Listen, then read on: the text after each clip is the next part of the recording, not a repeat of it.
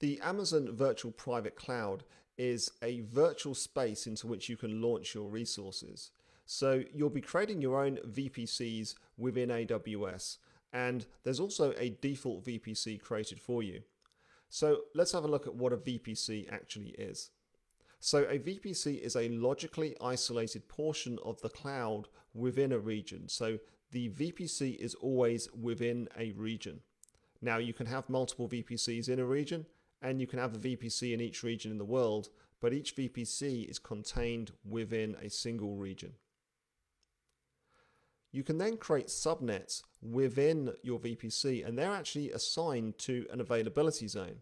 So you'll remember that an availability zone is basically a separate data center or one or more data centers. So you can create subnets that are sitting in different data centers and deploy your resources there. Now, we use something called a VPC router to actually send information between our resources in different subnets within our VPC.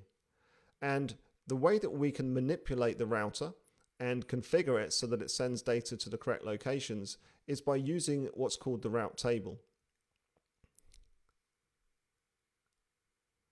So we create route tables and assign them to our subnets. Now, how this works is, in this example here, we have an address block, and that address block is the master address block for which all our subnets will be created. So they'll have a range within this overall range. And the target local means the router knows that this is an internal address space, and it will send the traffic between your subnets. Now, you might also need to send something to the outside world.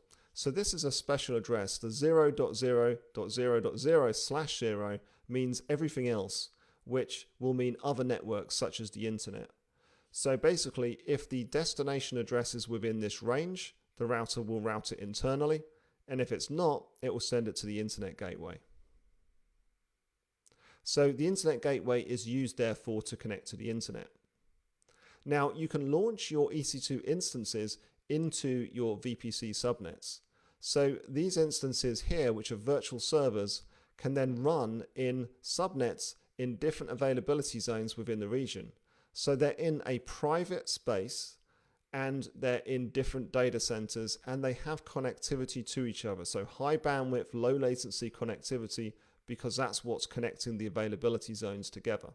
Now, one thing that you'll need to note, which I'll explain in more detail soon, is that we have public subnets and private subnets. The public subnet means that the instances here will get a public IP address and can use an internet gateway directly to access the internet. With a private subnet, they can't access the internet gateway directly. It's a completely private space, but there is a way around that, which I'll talk about in another lesson. So as I mentioned, you can have multiple VPCs. And that means you can have multiple VPCs across regions and within a region. Now, each VPC will have a separate set of addresses, so a block of addresses. So for example here, this block of addresses is the overall block, and then each subnet will have an address within that address space. Now, the CIDR abbreviation stands for classless interdomain routing, and that's another IP addressing concept, which I mentioned that you might want to do some further reading on it, but it is a more advanced topic. So it's a bit beyond the scope of this course, but what I need you to understand is that CIDR is the way that we can take this master address block and create separate address blocks within it. So they're unique address blocks, but they're within this overall range. So each subnet therefore gets a block of IP addresses from the overall CIDR block. Now, I know that's a bit of a complex subject, but the good news is we don't actually have to create these for this course. So there is a default VPC created for us, and it already has subnets and the IP address ranges created for us. So we don't need to do that. If you do want to create your own custom VPC, then you should look into classless interdomain routing, and there's lots of good articles on AWS as well, which show you how to create your own ranges of addresses for use with your VPCs. So what we'll do now is we'll head over to the AWS Management Console, and I'm going to quickly show you around the Amazon VPC. So here we are in the AWS Management Console. I'm going to choose Services. I'm going to come down and find Networking and Content Delivery over here. and choose VPC. So here we are in the AWS Management Console on the VPC dashboard. And there's quite a lot going on here. So firstly, we can see the resources by region. So we can see in this particular region, I'm in North Virginia at the moment, and we can see that there's one VPC, 6 subnets, one route table, an internet gateway. We've got a DHCP options set, a network ACL, and a security group. And that's basically all we have at the moment. So that's a quick snapshot of these services. Now, as I mentioned, you get the default VPC created in every region. So if I now change, and I'm going to come back to Australia, so let's go to Sydney. And I've got a very similar view here. What you'll notice though is there are fewer subnets, and that's because by default, the default VPC will create one subnet per availability zone. In Sydney, we have 3 availability zones, whereas in North Virginia, they've got 6.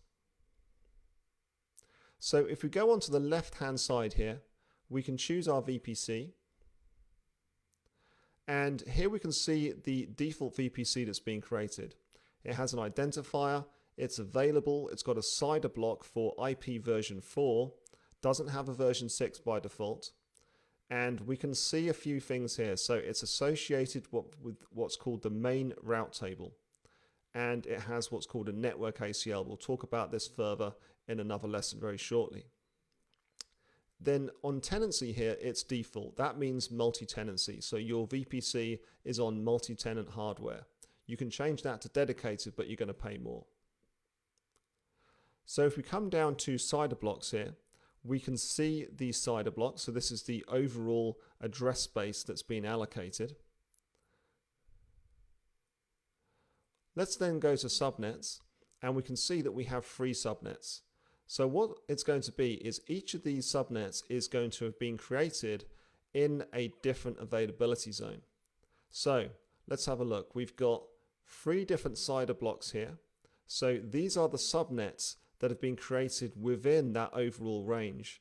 So for instance, the overall range was 172.31.00/16, and now we've got /20. And that's what classless interdomain routing is. You're using a subnet mask to create different ranges within one address space. So like I said, it's a bit of a complex subject. I'm not going to go into it in further detail for this course, but as you can see, these are sort of ready for you to use straight away anyway. So we've got these 3 IP version 4 address ranges, and these subnets are also created in different availability zones. So you can create multiple subnets in one availability zone, but in this case, what this means is because we have them spread across different availability zones, which as you know are different data centers, but what this means is we can launch resources in different subnets, and those resources will be in different data centers, which is more redundant than if we had them in one availability zone. So they're created in different availability zones, they all use the same route table and the same network ACL. Now, over here we've got some important things to notice. So auto-assigned public IP version 4 address is set to yes, and that means that we're going to get an IP version 4 public IP address, so an IP address that's available for use on the public internet, which means we can connect directly to that IP address from the internet, and we can connect directly to the internet from our instance. So a public subnet is one which has auto-assigned public IP version 4 set to yes, and it also needs to have an internet gateway attached to it. And that's done through the route table. So let's go to route tables. So if we come down to route tables, we can have a look at our routes, and this is very similar to what we saw in the diagram. We've got local, which is our address block, so all of those subnet ranges that were within this address block will be routed locally by the VPC router, and everything else goes out via this internet gateway, so it goes to the internet if it's any other IP address range. And under associations, we can see that those 3 subnets have been associated. So these are public subnets because they have a route to an internet gateway, and coming back here, they have IP version 4 addresses assigned to those resources. So back on the diagram here, I just want to help you understand visually what we were looking at before. So we have our public subnets. In our case, in the default VPC, we've got 3 public subnets. each in a different availability zone. We then saw that there was a VPC router which we can configure through the main route table, which defines where our traffic goes. We have an internet gateway attached, and we know that in the public subnets, any resources created there will get a public IP address and can use the internet gateway to access the internet. So moving on to the internet gateways here, and we can see that we have an internet gateway. These are attached to your VPC, and they're then used for routing data to the internet and for receiving connections from the internet. So those are the core concepts associated with Amazon VPC. As you can see, there is a lot more to it. We're not going to go into all of the details of VPC in this course because this is a beginner's course. But the other two aspects which you do need to know are network access control lists and security groups. And we're going to cover those in the next lesson.